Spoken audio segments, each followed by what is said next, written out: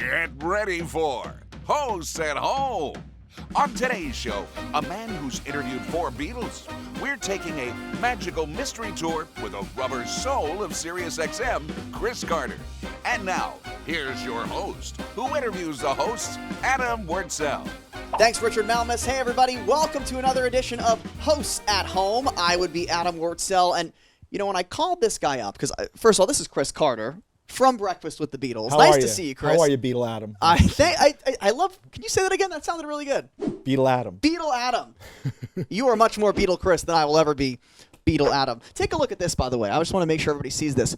Ringo, John, Paul, George, Chris. How cool is that? I was part of the Beatle cartoons. So cool. Big thing for me. When I called this guy up and I said, I want you on Hosts at Home. You have such cool stories about the Beatles and your show Breakfast with the Beatles on SiriusXM. You said, aren't you a game show guy? That was your exact. Aren't you a game show guy? Why do you want me?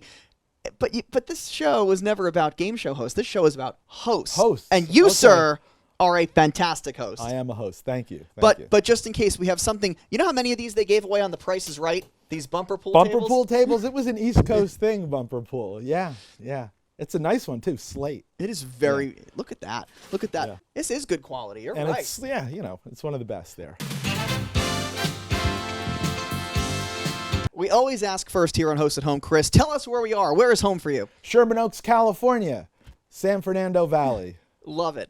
The first thing I want to know, I want to talk about Dramarama, which was your band and your record store. You have such a cool history. But the first question that I need to know, where were you the first time you heard the Beatles? I was in the back seat of a car on Route 23 in Wayne, New Jersey. We were going around a circle, and there was a steakhouse there. And I remember like it was yesterday. Mrs. Rublack was driving. She lived across the street from us. And I heard, I want to hold your hand. And I was like, what is that? Wow. And she was singing along. She was like a hip mom. And that was the very first time. So it must have been 64 right then. I was really young. And then I got into the Beatles later. But that was the first time I heard them. But Rubber Soul is my first album when I was 7. Wow. And I think that could be, that Rubber Soul and Help are my two. The American Rubber Soul is my favorite album face. of all time. I think that is, I'm not a fan of the Capitol records because, we kind of know that they were kind of put together, but we didn't know that at the time because we were Americans. But the song selection on the Capitol Rubber Soul, to me, is perfection. I don't think there's ever been a long-playing disc that could compete with that. And one of the best album covers. Oh, it's fantastic. Of all it's time. Fantastic. It's going to get real geeky here, folks, today. We love talking about the Beatles on this show. I want to talk about your background in music because you owned a record store, which then formed a band. Explain to us how that kind of all happened.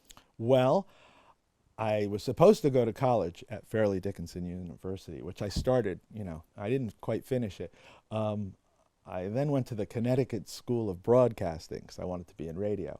And after I got out of the Connecticut School of Broadcasting, me and a friend of mine, we always had this dream, let's have our own record store. We used to draw pictures of it in high school at lunch, like this would be our record store. So we got this place, we turned it into a record store called Looney Tunes Records, and it became quite popular because we would have, in stores with like the Ramones and all sorts of different rock bands. And it was in this, little bucolic neighborhood. And all of a sudden, the Plasmatics are coming in a broken, Cadillac with a smashed windshield. We were rebels in Wayne. But it was a good record store nonetheless.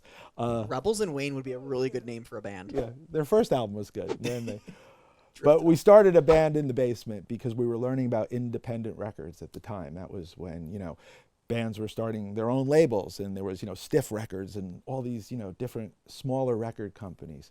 So we kind of learned about that, and we started a band called Dramarama. We were a New Jersey band. We made a couple of records. We got signed to a label in France called New Rose. We went to France, and that was great.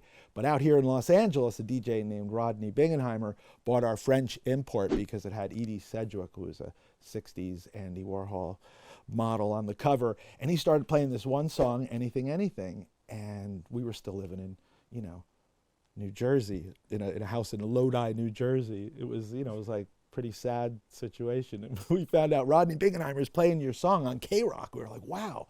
So we found out this was true, and we all went out to L.A. to play one show at the Roxy on the Sunset Strip, and we were going to come home. We wanted to see how we would do.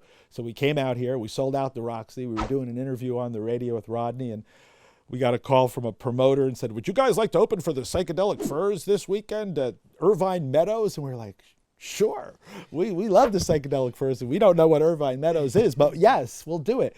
We found out that Irvine Meadows is this like enormo place in, Orange County. And we were on stage with this band that we liked. Just last month we were buying their records, and now we're playing with them. So we never came home. So we told our parents, hey, we'll see you at Christmas. We're going to stay out here, and I'm still here. So yeah, that was the story. And we started making records, and we got signed, and we had a whole career out here for about 10 years, which was great. And a career that, of course, includes Breakfast with the Beatles. I want to kind of talk about what you do on a daily basis, because you've got Breakfast with the Beatles on SiriusXM Monday through Friday. Yep. You have local version of Breakfast with the Beatles here Sunday on the weekend. And you've got another show, British Invasion. Chris Carter's British Invasion, Saturday and Sundays in Little Steven's Underground Garage. So it's 8 shows a week I do. Basically, it's like a Beatles song. It is. I've heard that before. My life is playlists, basically. I have to pick 60 songs a show, right? It's 20 songs per hour because there's no commercials on the Beatles Channel on SXM 18. So basically, I got to pick 60 songs a day. I have to look at the calendar, see what holidays, today the Beatles were recording, Happiness is a Warm Gun. So, okay, I'll try to tie that in. Today the Beatles got their, met the Queen and got their MB. Oh, so we'll play songs with Queen. So it's got to tie into the Beatles. Queenie Eye? Queenie Eye, Elizabeth Reigns, Her Majesty, Penny Lane, all the songs that mention the Queen. And I'll hit a bell like in while the song's on if they say the Queen thing. So that's it. It always keeps it fresh that way. And we have, all McCartney Mondays. We have Spin the Wheel Wednesdays. We have Friends and Family Fridays where I play the kids, Danny Harrison, Zach Starkey, the Lennon Boys, and you can't forget James McCartney. So it's always something to do, always a holiday or something happening in Beatles history. And then I do the British Invasion show, which is 80 songs, because that's a 4-hour show. And that's like, along with the Beatles and the Stones, you got your Kinks, and you got, the Pretty Things, and you got the Who, and all your 60s British Invasion bands. And then we go into the 70s, and we play David Bowie and T-Rex and, Mott the Hoople and stuff like that. And then I go right into the Britpop years, which I love, which, has got Oasis and Blur and all those bands like that.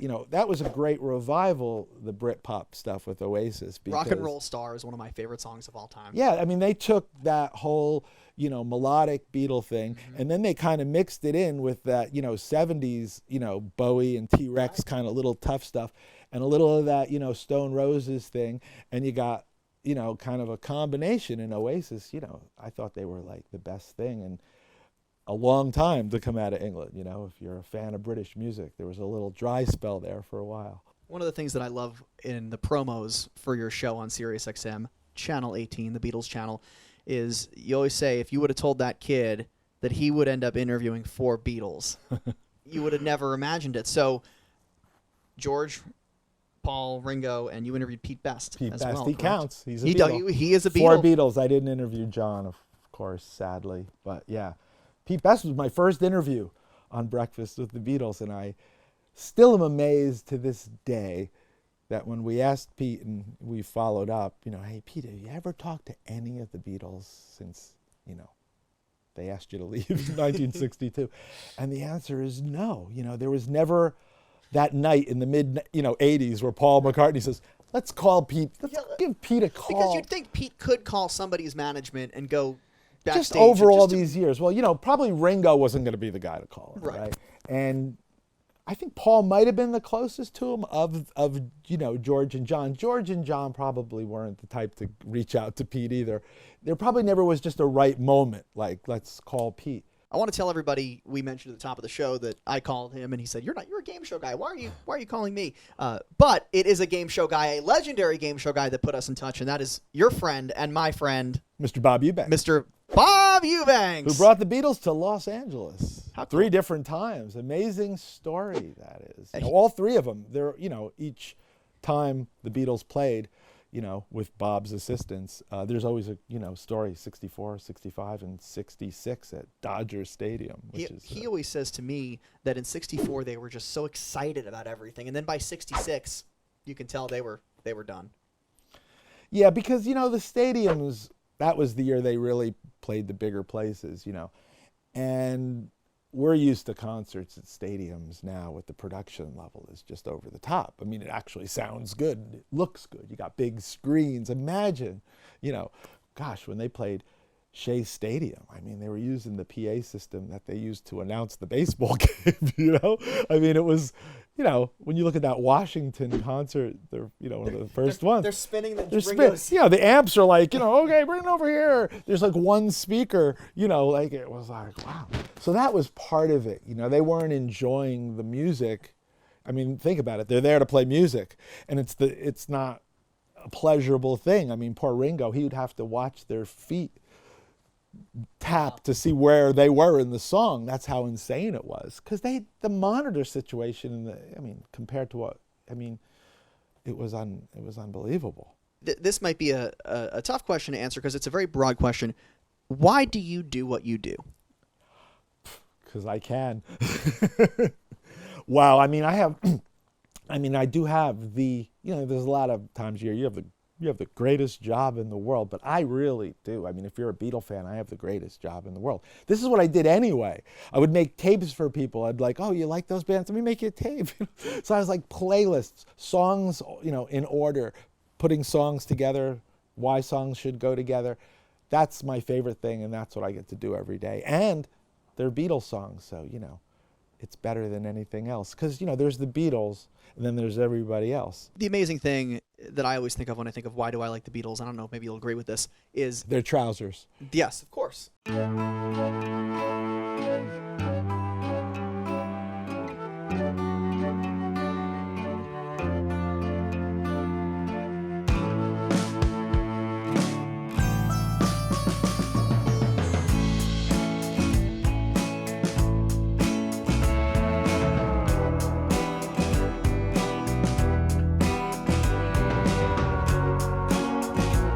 Their boots, their trousers. If you look at the span of time and you look at a song like P.S. I Love You, and then you look at I Want You, She's So Heavy. Different band. It's a different band. Yeah. And that was only a matter of seven, 8 years. Do it even closer. I always go, Tomorrow Never Knows, 66. I Want to Hold Your Hand, 63. 3 years. Insane. 3 years. Tomorrow Never Knows, I Want to Hold Your Hand. Is that the same band? That's incredible. That's an incredible leap. And also, interestingly, that you bring that up, that point, 66 Revolver, 67 Sgt. Pepper, was the first time in the Beatles' career where they actually invented a new music, right? Because Please Please Me and all that, they were still emulating, Smokey in the Mirror. They were R&B guys. They were still doing their twist on R&B.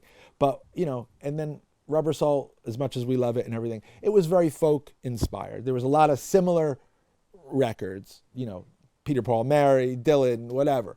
But there was nothing like Tomorrow Never Knows. They invented a sound with Sgt. Pepper, which again, was after they had been super famous doing something completely different. I mean, they really did reinvent themselves with that album. Talk about taking risks. Well, you know what they did? I think what happened was after 66, after they played that bunch of concerts and they played at Candlestick, they realized that the Beatles were used to being the best of everything. They were the best at everything. They were the best songwriters. They were the best looking. They made the best albums. They were the best. They made the best movies. They were it. But they realized in 1966, after going to Japan and everything, that they were not the best live rock and roll band out there. There were other bands that were really good live, that were musicians that were really good, Guys and the Animals, whatever. There were bands out there that were good. And they weren't the best, and they knew it. And they couldn't pull it off with just those four. They needed a piano player. They needed we're not going to be the best anymore. We want to be the best. So they said, we're going to stop playing live because we don't want to put ourselves out there and not be the best. So what we'll do is we'll become the best recording band ever. We're going to make the best records that no one can touch. No one's going to come near these records. And they did. They did. So here's this band that was a live working bar band that basically gave up playing live gigs because they wanted to be the best, and then they did. That took them to that next level, and everybody, now all of a sudden, you know, pop critics were reviewing Sgt. Pepper, you know, professors of music were talking about the, you know, descending chords. They were all, you know, serious, all of it, serious music. So they really accomplished their goal with that, and then they came back and, you know, punched you right in the face with Let It Be, and they played up on that rooftop, and they were amazing, because you forget that those songs on Let It Be, One After 909, I've Got a Feeling, Dig a Pony, those are live. There was no overdubs, no messing around, no fooling around after they did it and they went and put a bass part. That was really live, and that band sounded tight as... You forget their live songs when you're listening to Let It Be. So, you know, they went out on top and proved they could still play live, you know, and then that was it. So I think they checked off all the boxes, you know, and even though Let It Be is a weird way to end, if they actually ended with the end on Abbey Road, it would have been the greatest ending of a career ever, which is kind of what they did. Until they get to random 12 seconds of Her Majesty. Yeah, well, that's a little weirdness. But I mean, really, if you look at their career, they ended the 60s. They ended at the end of the 60s. It was genius. They were a product of that complete decade, and then they got out at the right time. If the Beatles made a record in 1971, it wouldn't have made sense. It was like, you are the 60s. You know, Elvis was the 50s, Chuck Berry, Elvis. Beatles were the 60s. They were the 50s. Bowie was the 70s or whatever. You know, there's always the iconic person that leads everybody else, you know. So they were of their time. Drama-Rama was the 80s. Of course, yeah.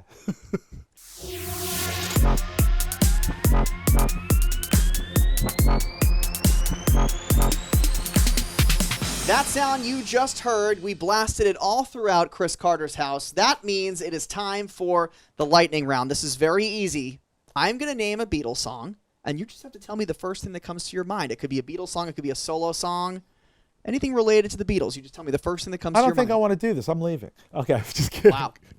Talk about a diva, folks. No, I'm just kidding. All right, here we go. First one. Do you want to know a secret? Final chord. Where is it? Why don't we hear the final chord on that? Tune in to Breakfast with the Beatles Monday through Friday, and you'll hear that final chord. Okay, next. Everybody's got something to hide except for me and my monkey. Longest song title of any Beatles song. Give Ireland back to the Irish. Interesting selection for a Wings single. Both John and Paul released solo singles about Ireland. Interesting. Not my favorite. Attica State. Even less of a favorite. From the worst John Lennon album of all time, ladies and gentlemen, Sometime in New York City. The only Beatle to make an album in 1972.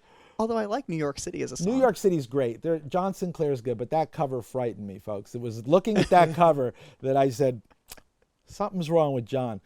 I don't know what it is, but something, it was a bit much for me at the time. Ask me why. Why? Go ahead, next. Tell me why. Tell me why. I always say before we play Tell Me Why, I always say, try to listen to this song and not move your head. Impossible. It's impossible. The minute it goes, you go like this. It's really hard. You can't do it. I always say, if you're driving in your car now, do not move your head. Keep your head. When I play Tell Me Why, it's infectious. You can't do it. Magical Mystery Tour. Magical Mystery Tour. The greatest Beatles album artwork of all time. I remember I got it for Christmas, and it was, to this day, the most fun record to look at while you're listening to the record, Magical Mystery Tour. And they played it in black and white for the poor kids in England when it first premiered in England on Boxing Day in 1967. Can you imagine Magical Mystery Tour in black and white?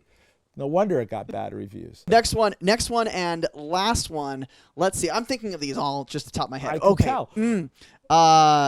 Blow Away. Blow Away. George Harrison, 1979, from the self-titled album. Great track. He didn't want it to be a single. He thought it was too corny, but it was a good one. I think the picture sleeve's worth a lot of money. Yeah, talk about a perm. George had the perm. George. I know. George and Ringo had. Paul never had a perm. John never had a perm. It's interesting and that was the lightning round, by the way. Great job.